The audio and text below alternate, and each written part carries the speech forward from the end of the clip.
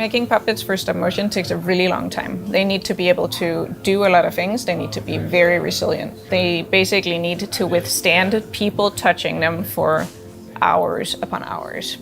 This is Prince. He's the Prince of Colors, and he's kind of a companion character to Kurt and Carla. Since they can't talk, he's going to be doing most of the talking. So I've made this work drawing, and I basically made him to be the right size, the right proportion, and I put an armature inside so I can see exactly where everything needs to go. Let's start with the faces. His face is divided into 2 parts, and he has 45 unique mouth shapes that he can use for emoting and lip sync. There are 6 foreheads, and that gives us hundreds of options to combine the 2. But before we did that, we hand sculpted the face. This is very common for us to do, as it's easier to quickly bulk out a shape by hand. Then we can 3D scan it, and we'll get it in the computer where we have a lot more control. I then bring him into ZBrush, where I can change anything that we want to change and give him the final texture that we want him to print with. Once we're happy with the look, we can rig him, 3D animate him, and then finally print all of the faces. The Prince face. Now he's been primed and he's ready to be painted. So I start inside of the mouth, making sure that I get the paint into all the nooks and crannies in there, which can be a bit difficult because it's so small. But starting with the mouth allows me to be a bit more messy without having to worry about ruining the rest of the paint job.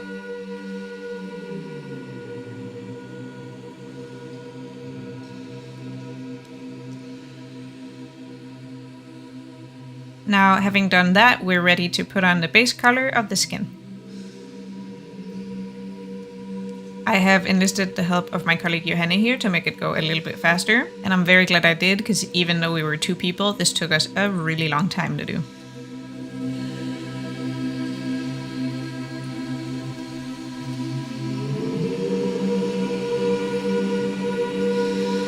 Now that all of the faces have a base coat, I can go in and add details like blush and highlights to really make the cut texture on his face pop. And I can then go in and add the lips and nostrils and small final details like that.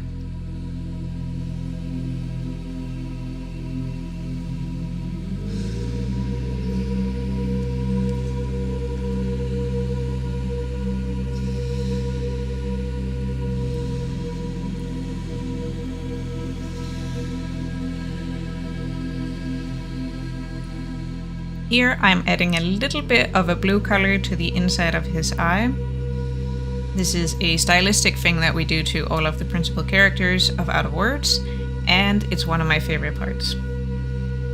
Here you see an armature for his foot, and usually we would make the feet out of something flexible like silicone, but for the prince we wanted to go a little bit faster and make it a bit more rough, so we decided that he would have hard, solid feet, but they would be able to move, kind of like an articulated doll or a ball-jointed doll. So now I'm trying to figure out how to make that happen and encase this armature into a 3D printed foot that I've previously made, which is quite a challenge.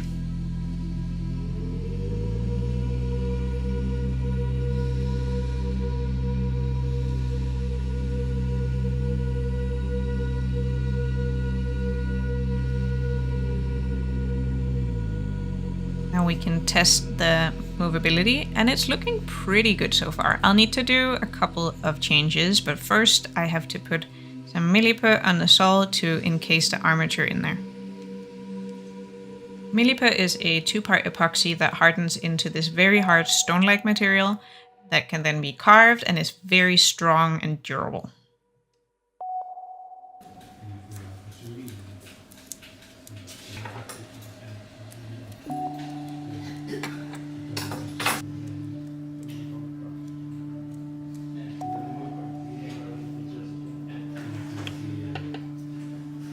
Once that is hardened, I go in with my knife and I can then sculpt it into the shape that I want. And at the same time, I'm also adding this cut texture that we have all over the body of the prince. Unlike Kurt and Carla, who are human characters, we wanted Prince to appear a bit more like a puppet. So I'm giving him this cut texture all over his body to kind of make it appear like he was carved out of wood. and I think this is going to be really nice and catch the light very well. Now it's time to start on the rest of his body. So the first step is to make the hard points. Hard points are basically just a hard material, in this case we're using balsa wood. And we're doing this to just bulk out the parts of his body that won't be bending, like an elbow or a knee or the spine. In this way we have something solid for the animators to grab so it won't be collapsing during animation. The way that I like to do hard points is to sandwich an oversized piece of balsa wood around the armature so it's on there really nice. And then I can basically go in and carve it down to be the size and shape that I want.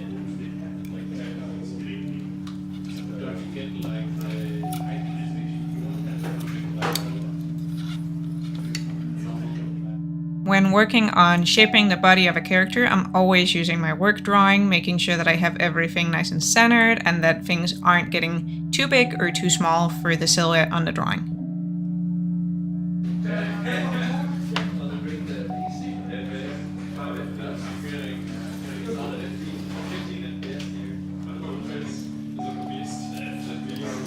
While adding hard points, I'm constantly checking to make sure that the character is as flexible as we need it to be. And if something is in the way, I will go back and I'll make sure that it's working the way that we need it to. You can see here that I left a bit of a gap between the hard points, and that's because I'm going to be adding some foam now. The foam is there to bulk out the areas that need to be able to stretch. Since the foam is kind of stretchy, once I bend the knee, it'll stretch over the knee but still maintain some of that shape.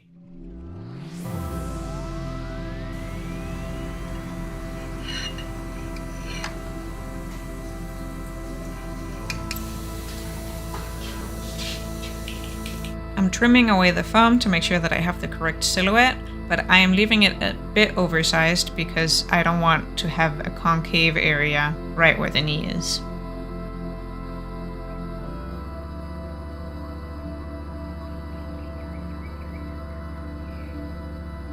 Now I'm done adding all the hard points and all the foam, and I'm putting him into this little sort of bathing suit shapewear situation to make sure that the foam stays inside and doesn't poke out in weird ways. This is very helpful to just smooth out his overall shape underneath his costume.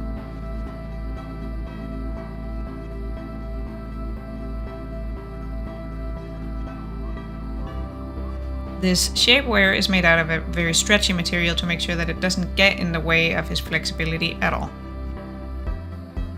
You can see here that I've added holes into the hard points so that I can tighten the screws in his armature and access the rigging holes for animation.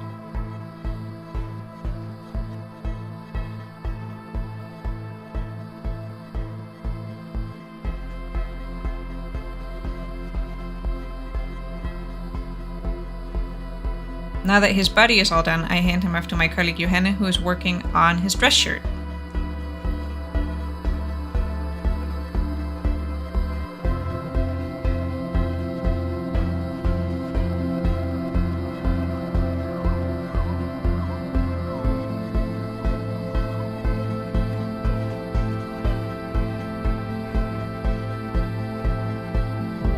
Johanne has also simultaneously been working on his pants.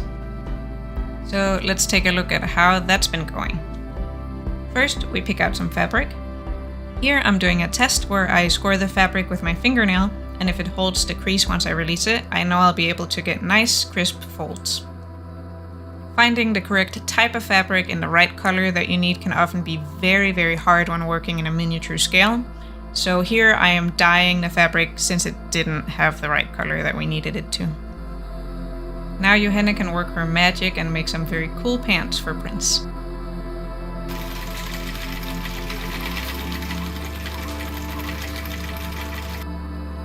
In stop motion, we're always trying to find ways to make sure that things stay consistent over a long period of time with a lot of touching. So here Johanne is spraying the pants with spray starch, which will allow her to sculpt folds into the pants while they're wet, and once they dry, it'll hold the fold very nicely.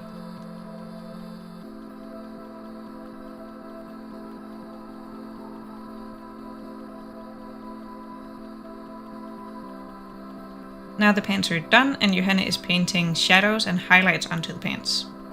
This is to give them a bit of extra contrast so that they read very nicely in the camera.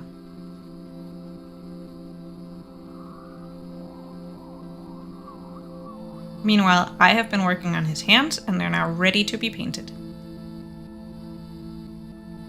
These were sculpted in the computer and posed into a bunch of cool different poses.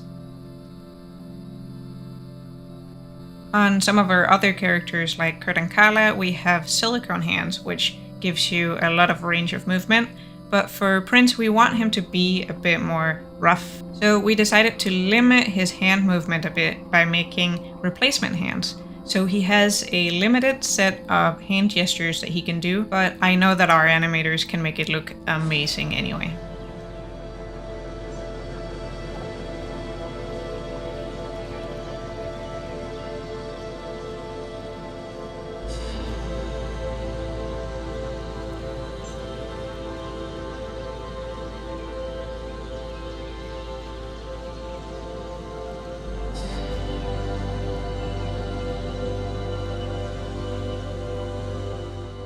The hands and feet get a similar paint job to the faces with a base coat, some blush, and a bit of highlight. But in the end, I go back in with this brownish red sort of color to put onto his fingers and toes because he is a messy guy and he loves colors and paint and he gets into all sorts of messy stuff.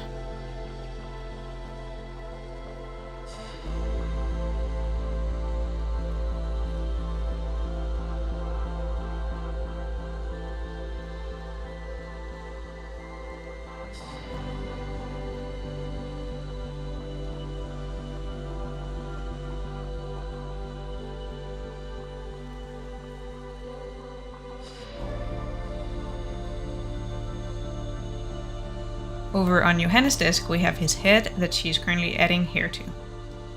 The hair of the characters in Out of Words is paper. So right now Johanna is gluing paper onto his head to make a tight ponytail.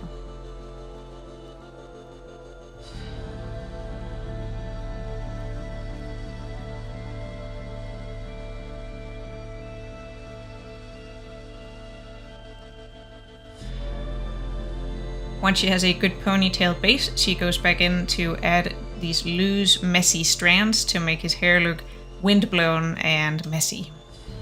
Now we're getting close, we just need one final thing, and that is his leather jacket.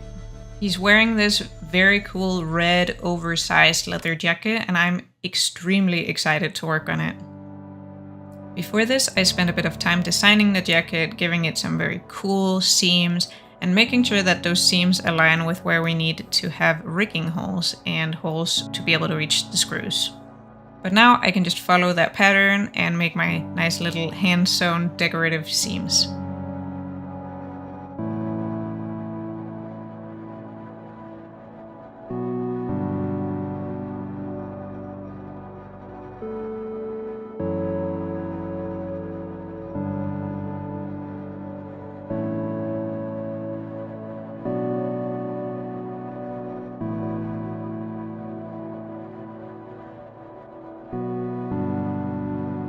Same as the pants, this jacket gets a bit of a paint job to make sure that it really pops and has some nice contrast once it gets into the camera. Here I'm using a red shoe polish to darken up some areas in a color block fashion. This is working really well to separate the different areas and highlight the design of the jacket.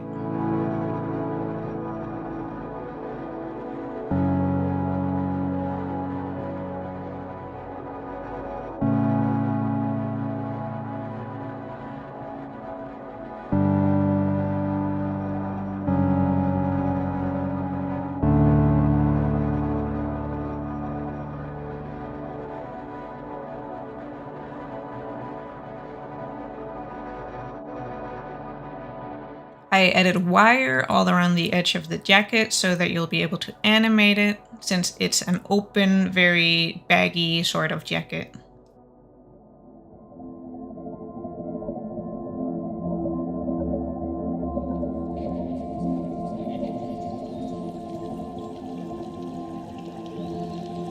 I I round off the edge of the wire and sew it to the jacket to attach it, and then it is done. And that's the final part, so now we can put him together and see how he turned out. After months and months of hard work, he's finally done, and I think he turned out so well. He's honestly my favorite puppet that I have ever worked on.